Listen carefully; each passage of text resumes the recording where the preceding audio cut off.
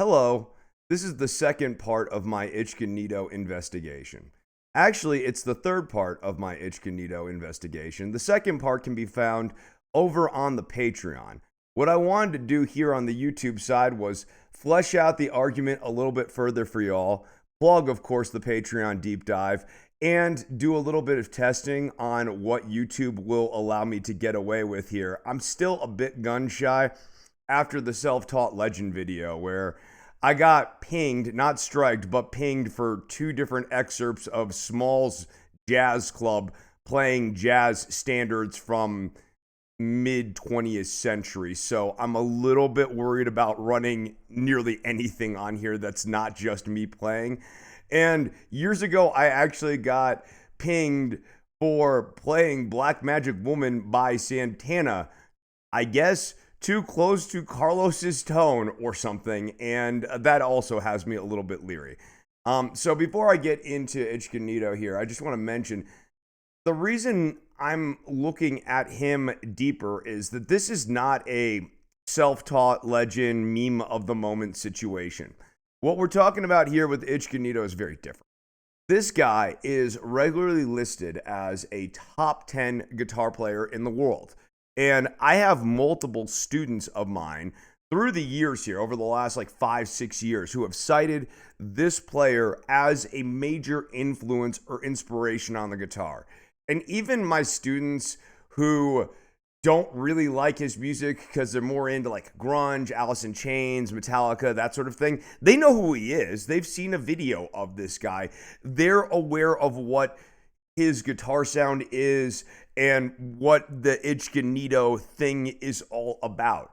So some part of me actually kind of feels like the Grinch stealing Christmas as I'm putting together this stuff. It's a little bit complicated for me because I think what Ichika Nito broadly does with these videos, one, the music's the music, and how you make your music is how you make your music. There's no rules on that. So the idea of studio trickery, I don't really care about that unless you're trying to pass it off as, oh yeah, we pulled this off live, right? Strawberry Fields Forever is obviously studio wizardry. What would be wild would be if all of the Beatles said, no, that's exactly how we nailed that take. And when we know full on that that's not what they did with Strawberry Fields Forever. So I don't mind studio trickery.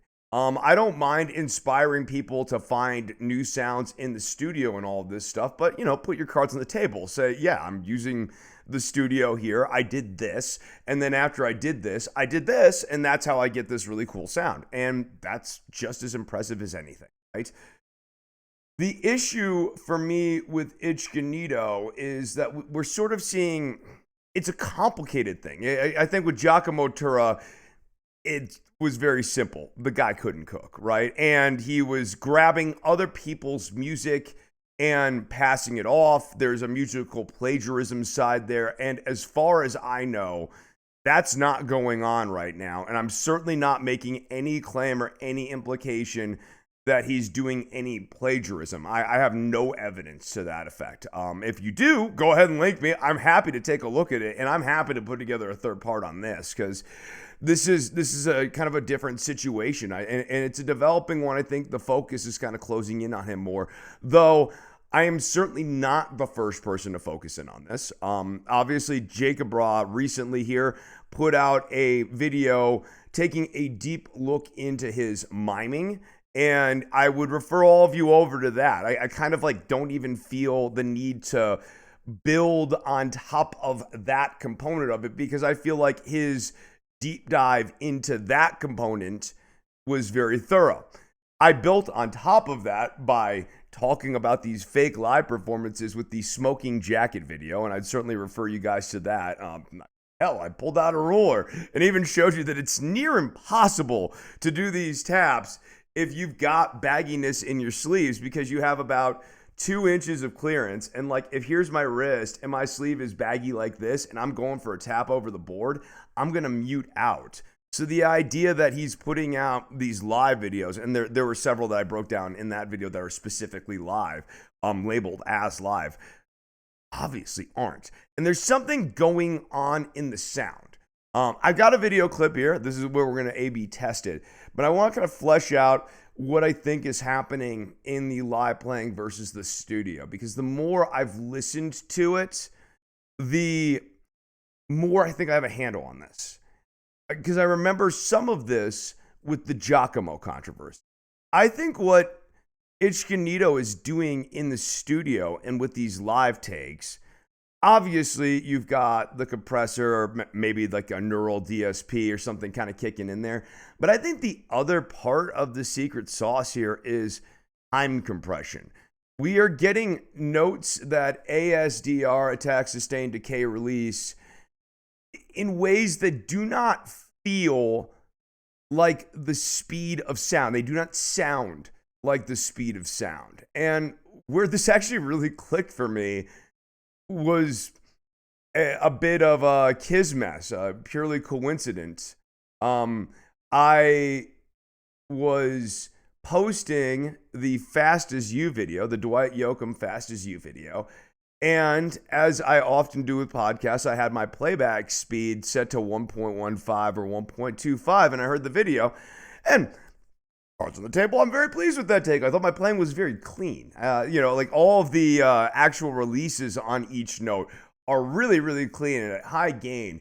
It's tricky to make sure that you're really controlling your ASDR. That's part of what makes that type of playing sound clean.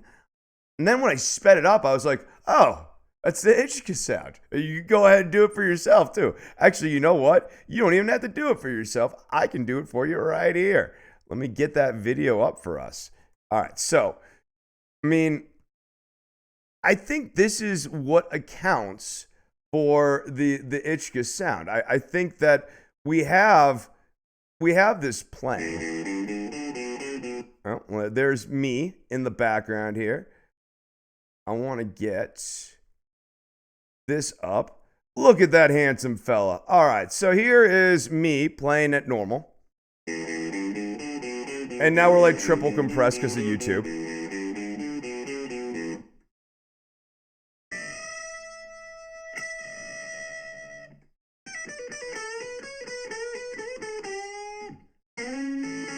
All right, so that's perfectly good stuff, and it's clean, as in like each release on the notes and everything is really clean. I'm not flubbing open strings and stuff. Now, if you get a nice clean take like that, we can, to use the old industry term, varispeed this, and I think we get something very close to this Ichika sound here. Here is me at 1.15.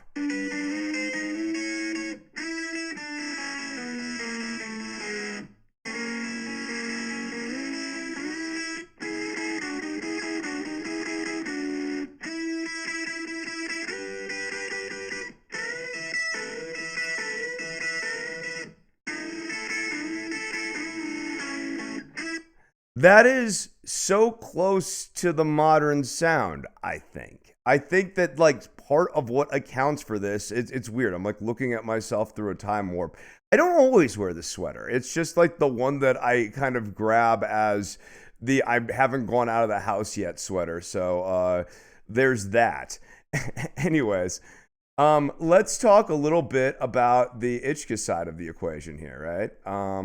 Okay. Now, I think there's two different examples we could look at here.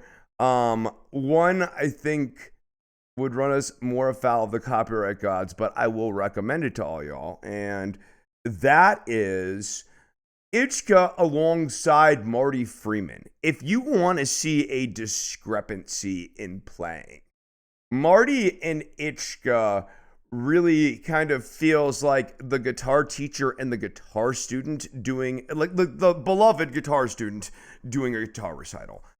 Marty, obviously one of the great players of our time. Marty also not currently listed, at least not that I've seen, in the top 10 best players of our time. Not an editorialization in my book. I don't necessarily put a lot into those lists, and Marty rules, and he does his own thing. He's got such a unique and distinctive and singular style. And he obviously is very versatile and also keeps studying, which is really cool. This is not a guy who is stagnated in his playing in any way.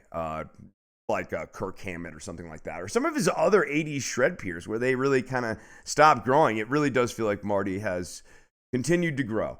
This is not a Marty Friedman appreciation video, though it is worth saying he is excellent. I want to finish off this video here by taking a look at Ichika Nito's Live in London performance here from a couple of years ago. And when I say I'm a little late to the party, you can look at this comments section and see there's a lot of people in here. And they were originally getting poo-pooed as just merely boomers. And so here's a millennial, hi, how you doing? Telling you, nah, something's up here. Something. The best way I can put it is you watch the studio versions of Ichika's playing and his compositions, and to execute them, and you can see other people online doing it. These are out of 10, this is very 10 scale. These are compositions that regularly sit between 7 and 8 out of 10, right? Like with some kind of scraping, right into that like upwards of 9 like level of difficulty. You watch the playing here, and this stuff is, I'd put it at 5. We'll break it down. We're gonna kind of break this down segment by segment here. I'm not gonna play in straight, continuous nature for reasons that I'm sure are obvious. But we're gonna certainly take a look at some of these riffs here. I want to kind of break them down. Let's take a listen.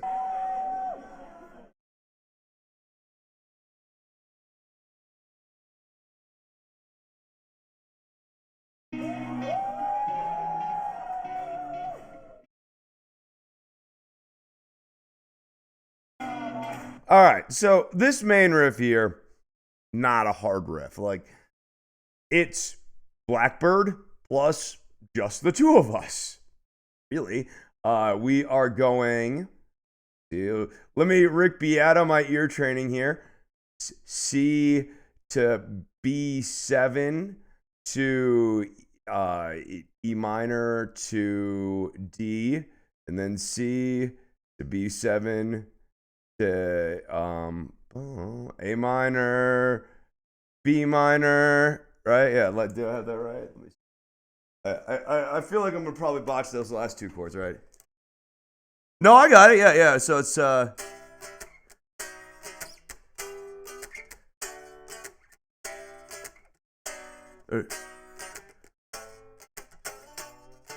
so these are the Blackbird chords, or if you've ever done like Radiohead stuff, Radiohead kind of likes these chords. This is a pretty by the numbers little riff here. And what he's going to end up doing is he is going to end up looping this. Dun, dun. All right. Now he wants everyone to sing along here. Now we get to this part.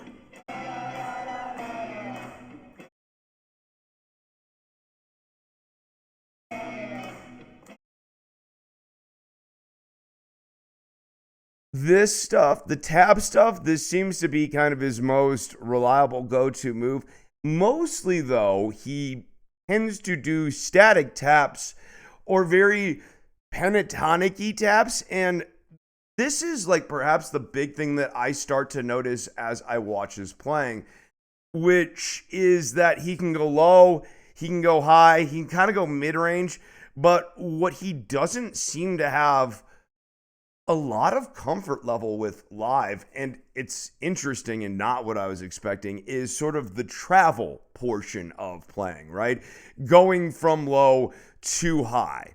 He knows how to get to these set points on the board with some degree of comfort and get into sort of these techniques that he uses and sort of manipulates in his different compositions.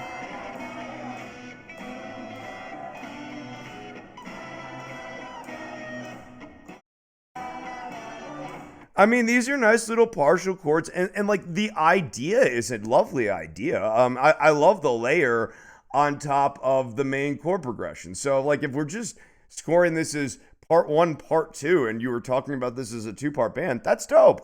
So like let's be real clear. Like it's not that the ideas are bad.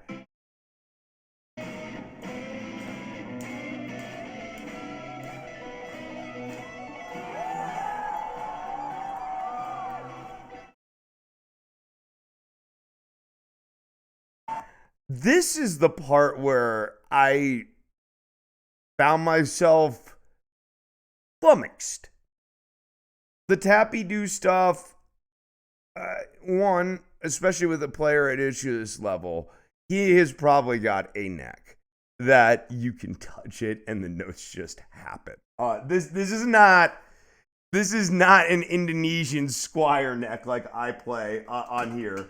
Almost as it kind of defiance of the modern, perfectly crafted instrument, despite the fact that I have some of those around here. I'm deliberately using an Indonesian squire strat on these videos. You can't just touch this and get the notes. Sometimes I wish you could. I'm not gonna lie. Like, there are times where I try to go for stuff and it doesn't happen. It's because of the neck and it's annoying. But you have one of these necks that's perfectly set up. Some of us have played these. Man, touch it and the notes are just like kind of those little tap notes are happening here. And he's got like, triplet, triplet, triplet, triplet, triplet, triplet, triplet. All right. So he's practiced his triplets with this kind of a set piece sort of thing here. Then when he's breaking out of that, right, he just kind of shoots for the high note, sticks the landing. Again, all of this is in E minor, so he has the dots as his navigation points, so that helps him out a lot here. And we settle into a tremolo pick that's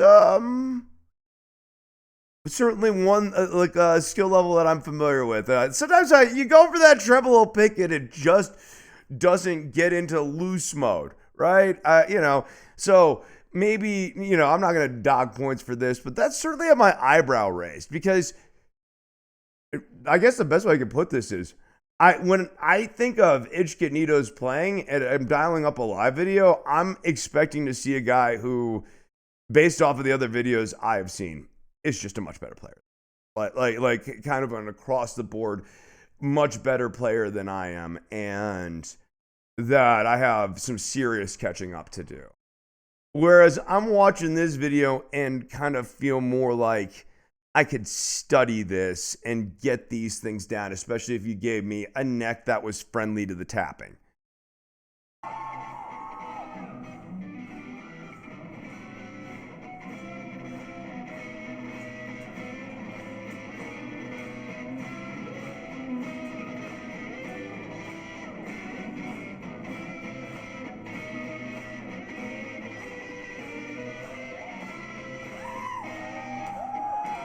I think this is certainly another moment in the video that raised some eyebrows, right? You watch that and you go, man, he got really lost over E minor pentatonic. And I mean, I think there is a little bit of stylistic defiance. I don't want to go for the open E minor, right? But man, I found those choices to be strange. Not musical. Okay, so then he's going for like diminished D things that don't land, and that did have that kind of like Giacomo energy of like, I have like these kind of like outlicks, like, like running the whole tone scale Thelonious Monk style or something like that. And my little outlicks kind of add spice to my otherwise pentatonic-y playing. Hell, I used to get away with that with the diminished arpeggio like on a regular basis before I fully understood the theoretical implications. I used to just call the diminished arpeggio the magic bailout move. It works very well. We can discuss that on another video here. I want to keep going here because there's one last part here.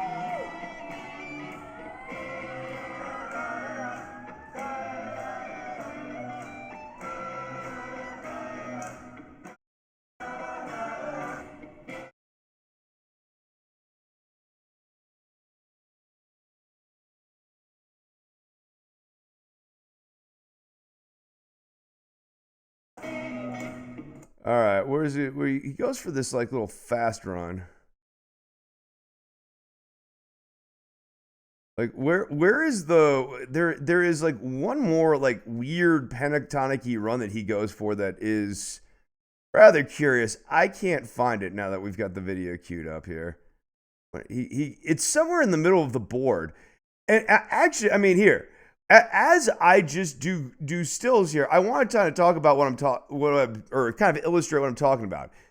You've got Ichika, the low player, right? He hangs out down here, and then he hangs out up here.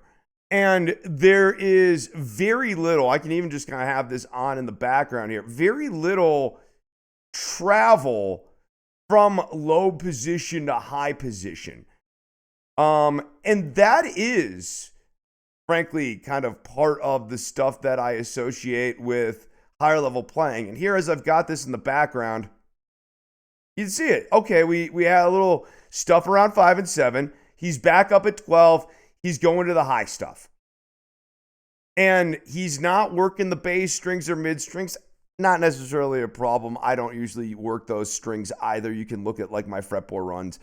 I don't work those bass strings like, past like 15 or whatever, because those notes, frankly, sound better on A and D to my ear.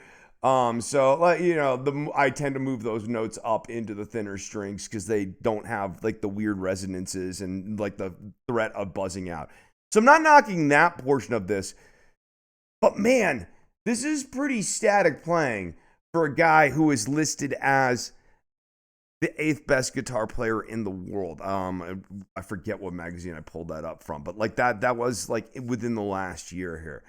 So let me know what you guys think about Ichika Nito's playing. What is going on here? What accounts for, to me, a fairly meaningful discrepancy between actual live Ichika Nito playing, fake live Ichika Nito playing, in the studio stuff? I mean, obviously the studio trickery, but like, what else accounts for this? I'm trying not to get over my skis, so please, if you got additional evidence and that sort of stuff, link me. I'm interested in continuing this investigation. If you liked this video, go ahead and like this video. If you want more videos like this, or more importantly, you want guitar lessons that I promise you will never be spoofed in any way with the audio, you have my absolute Scout's honor on this. I swear. I will never spoof audio on any of my videos. Take that to the bank. Please go ahead and subscribe. Go ahead and check out more stuff on this channel. I'm doing a deep dive into Richard Lloyd's playing. He never spoofed nothing. So go ahead, check it out. Thank you for your time. You guys have a great rest of your day.